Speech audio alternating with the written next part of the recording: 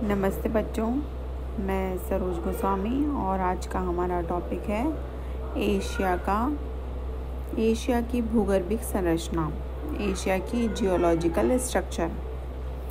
Asia महाद्वीप की भूगर्भिक संरचना को ध्यान में रखते हुए एशिया महाद्वीप को 5 संरचनात्मक भूखंडों में विभाजित किया जाता है।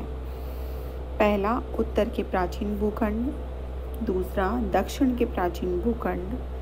तीसरा, नवीन मोरदार पर्वत श्रेणियाँ। चौथा, अवशेष प्रदेश। और पांचवा, नवीन अवसादी संरचना। इसमें सबसे पहला है उत्तर के प्राचीन भूखंड। उत्तर के प्राचीन भूखंड, जैसा कि आप एशिया महाद्वीप के उत्तर में प्राचीन भूखंडों के 4 भूखंड मिलते हैं। इन भूखंडों का निर्माण प्रीक्रेमियन युग से पूर्व की रवेदार चट्टानों से हुआ। रवेदार चट्टानें, जैसा कि आपको पता है, रवेदार चट्टानें मतलब आग्नेय चट्टानें, जो प्राथमिक चट्टानें हैं जो सबसे पहले निर्मित हुई थी, तथा इन भूखंडों की चट्टानें बहुत कठोर है और ये आग्नेय चट्टानें बहुत कठोर होती हैं। इन भूखंडों में 4 भूखंड प्रमुख हैं। रूसी प्लेटफॉर्म, जो कि आपको दिखाई दे रहा है इसमें, ये वाला संपूर्ण क्षेत्र आपके रूसी प्लेटफॉर्म। दूसरा, अंगारा लैंड। तीसरा, सार्डिनियन मैफिस, जो कि इसके मध्य में है। चौथा, चीनी मैफिस। तो इस प्रकार से ये 4 दृढ़ भूखंड हैं तथा कठोर भूभाग हैं। प्राचीन भूगोलवेत्ता के आर्गंड के अनुसार प्राचीन काल में चारों भूखंड एक ही जगह स्थित थे। इस महाखंड को अंगारा लैंड कहा जाता था।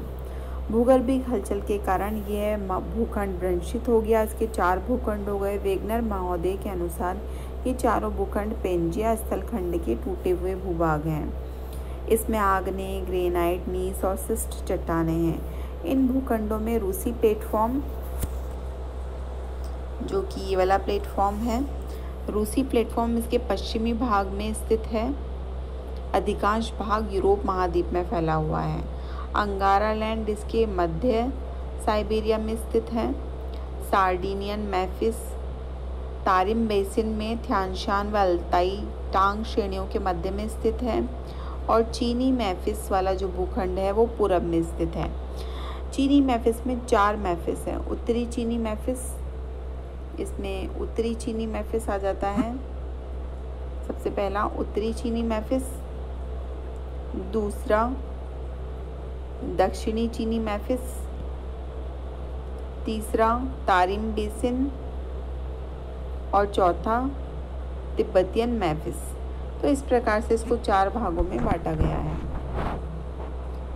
दूसरा है दक्षिण के प्राचीन भूखंड।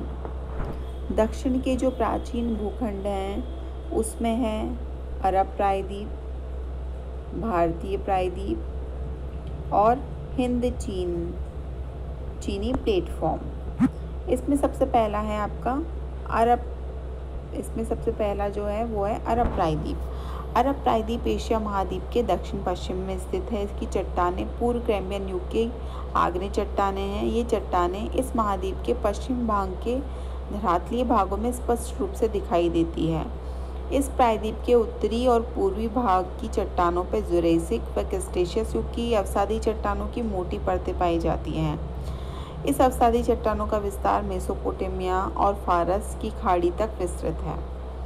इन अवसादी चट्टानों में भारी मात्रा में पेट्रोलियम पाया जाता है। दूसरा आपके है, इसमें भारतीय प्रायद्वीप। इस प्रायद्वीप में भारत और श्रीलंका के अधिकांश भाग सम्मिलित हैं। भारतीय प्रायद्वीप भी अरब प्रायद्वीप की तरह कठोर तथा प्राचीन रवेदार चट्टानों से निर्मित गोंडवाना भूमि का भाग है। इसका ढाल पूरब की ओर है। इस प्रायद्वीप के उत्तर पश्चिम में दक्कन के पठार पर लावा की एक मोटी परत है। गोंडवाना क्रम के अवसाद दामोदर व गोदावरी घाटी के सहारे क्षैतिज रूप से बिखरे हुए हैं। तीसरा है हिंद चीनी प्लेटफॉर्म एशिया महाद्वीप के दक्षिण पूर्व में स्थित आग्नेय कायांतरित चट्टानों से निर्मित एक पठारी भाग है। उत्तरी अंगारा लैंड दक्षिण की ओर खिसकने लगा, जबकि दक्षिण का प्राचीन भूखंड गोंडवाना अपने स्थान पर स्थित रहा। इससे दोनों के मध्य में जो आपके टैथिस भूसन्नति थी, उस भूसन्नति में जमा तलछटों पर दबाव पड़ने लगा आपके दोनों दिशा की तरफ से। तो ये आपके दोनों दिशा से दबाव पड़ने लगा, जिस कारण क्या हुआ, उसमें मोड़ पड़ गए और लाखों वर्ष के बाद में जाकर के ये उभरे हुए मोड़ और ऊंचे होते गए। इन भागों में मलबे की परतों में अधिक जमाव है। दबाव पड़ने के कारण ऊंची ऊंची हिमालय या ऊंचे ऊंचे नवीन मोड़दार पर्वतों का निर्माण हुआ। इस प्रकार नवीन मोड़दार पर्वत श्रेणियों का निर्माण हुआ, जिसमें आपके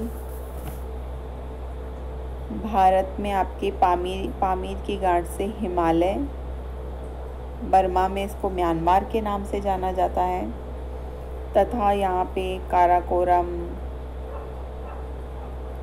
Tian Shan, Arakan Yoma, Asia Minor इस क्रम की मुख्य पर्वत श्रेणियाँ हैं। अन्य पर्वतों में हिंदू कुश, एल्बुज, जैग्रोस, सुलेमान और किर्थक, जो कि पाकिस्तान में स्थित हैं, प्रमुख हैं। यूरोप के अल्पाइन पर्वत भी इसी समय बने थे और ये भी नवीन मोड़दार पर्वत हैं। इन पर्वत श्रेणियों के निर्माण में कुछ भूगोलवेताओं का मत यह है कि टर्शरी युग में भूगर्भिक हलचलों से अंगारा लैंड व गोंडवाना लैंड दोनों भूखंड एक दूसरे की ओर खिसके। यहाँ पर आपके मध्य में जो टैथिस भूसन्नति थी, इसमें आपके अंगारा लैंड और दक्षिण में गोंडवाना लैंड दोनों एक दूसरे की तरफ खिसके और खिसकने के कारण इसके मध्य में आपके पर्वत श्रृंखलाओं की उत्पत्ति हुई, जिसको कि हिमालय के नाम से, भारत में हिमालय के नाम से जाना जाता है। चीन में इसको ध्यानशान के नाम से तथा बर्मा में अराकान योमा के नाम से, पाकिस्तान में सुलेमान और किर्थर, ये सभी नवीन मोड़दार पर्वत श्रृंखलाएं हैं। तीसरा जो एशिया की भूगर्भिक संरचना है वो है नवीन मोड़दार पर्वत श्रृंखला। नवीन मोड़दार पर्वत श्रृंखला के अंदर, एशिया के अंदर जो ये श्रृंखला है, एशिया महाद्वीप के मध्य भाग में स्थित है। टर्शरी कल्प की ये एशिया महाद्वीप के ठीक मध्य भाग में स्थित है। टर्शरी कल्प की नवीन मोड़दार पर्वत श्रेणियों का क्रम मिलता है। इन पर्वत श्रेणियों का निर्माण टर्शरी युग से पहले मेसोजोइक महाकल्प के अंतिम समय से ही प्रारंभ हो गया था। यह पर्वत निर्माण इयोसीन, ओलिगोसीन, प्लायोसीन, प्लीस्टोसीन काल तक चला। इन पर्वत श्रेणियों का अधिकतम भाग टर्शरी युग के इयोसीन, ओलिगोसीन और प्लायोसीन काल में संपन्न हुआ। इस प्रकार इन नवीन मोड़दार पर्वत श्रेणियों का निर्माण टर्शरी युग की भूगोलविक हलचलों के कारण हुआ। इन पर्वत श्रेणियों की उत्पत्ति के संबंध में भूगोलवेताओं में अलग अलग मत है कि अंगारा लैंड और गोंडवाना लैंड के बीच में टैथिस नामक भूसन्नति थी। उस भूसन्नति में दबाव पड़ने से आपके नवीन मोड़दार पर्वतों का निर्माण हुआ। इस भूसन्नति के अवशेष के फलस्वरूप भूमध्य सागर, इसमें आपके इस भूसन्नति में अवशेष के फलस्वरूप कहा जाता है कि ये भूमध्य सागर, कैस्पियन सागर, काला सागर और लाल सागर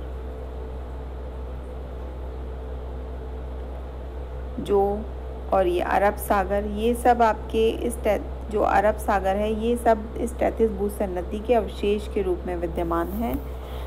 उत्तर एवं दक्षिण के प्राचीन भूखंडों की ओर से भूतल को प्रभावित करने वाली बाह्य शक्तियों द्वारा इस सागर में ला करके मलबा जमा कर दिया गया। टैथिस सागर में ये मलबा जमा होता गया और करोड़ों वर्ष तक होता रहा। उसके पश्चात भूगर्भिक हलचलों के कारण ये संपूर्ण जो मलबा था वो पर्वतों में बदल गया। इयोसीन, मायोसीन, प्लियोसीन और प्लीस्टोसीन काल के अंतर्गत ये भूगर्भीय हलचलें चलती रही, जिसके फलस्वरूप आपके एशिया के मध्य भाग के अंदर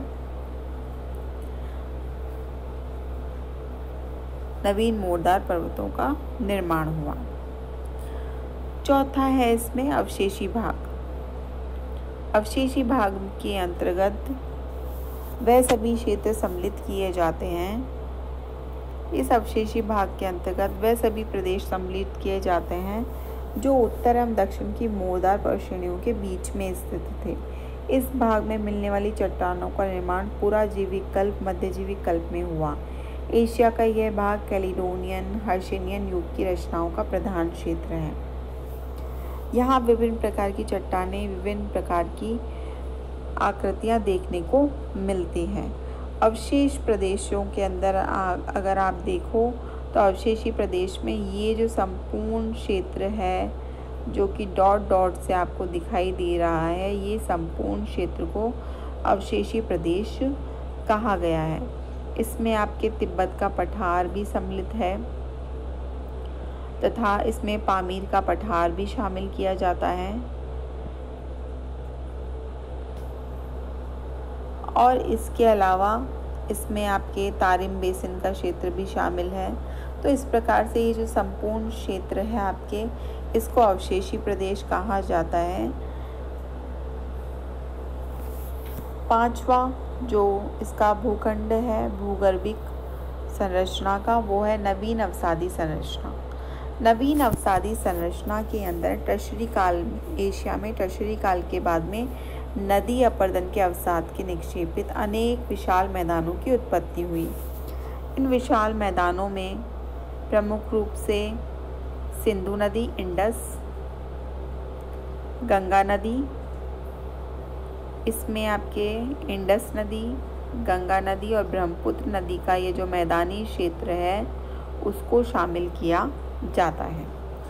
इसके बाद में इसके अंदर चाइना के अंदर अगर देखा जाए तो चाइना के अंदर पीली नदी, जिसको कि आपके हुआंगो भी कहा जाता है, इसके अलावा यांगटी सिक्यांग नदी, फिर आपके यहाँ सीक्यांग नदी। तो इस प्रकार से उन नदियों के मैदानी क्षेत्र। इसके अलावा इसके अंदर आपके मीक्यांग नदी को और साल्विन नदी को भी इसमें शामिल किया जाता है।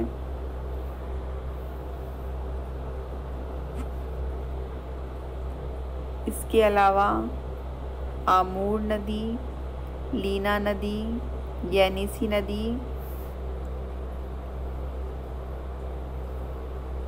ओबे नदी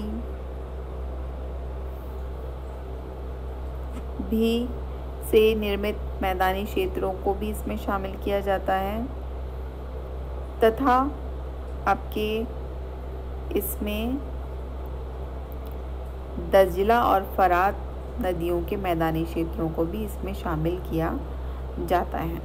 तो इस प्रकार से एशिया में बहने वाली ये सभी जितनी भी नदियां हैं, सिंधु नदी, गंगा नदी, इरावदी नदी, मीक्यांग नदी, यांगटी सिक्यांग, हुआंगहो या येलो नदी, आमूर, लीना, येनिसी, ओबे, दजला और फरात, इन सभी नदी घाटियों के द्वारा, इन नदियों के द्वारा निर्मित जो मैदानी क्षेत्र हैं उन सबको, क्योंकि इन नदियों के द्वारा बने हुए मैदानी क्षेत्रों में अवसाद जमा करके मैदानों का निर्माण किया गया, तो इसलिए इसको नवीन अवसादी संरचना कहा जाता है। इन नदी घाटी मैदानों में ये उपजाऊ मैदान है, इसमें कई संस्कृतियों का उदय हुआ तथा यहीं पर सर्वप्रथम मानव के द्वारा बस्तियों का निर्माण किया गया। ये नवीनतम मैदानी क्षेत्र हैं और विश्व के घने बसे हुए भूभाग हैं। तो इस प्रकार से हम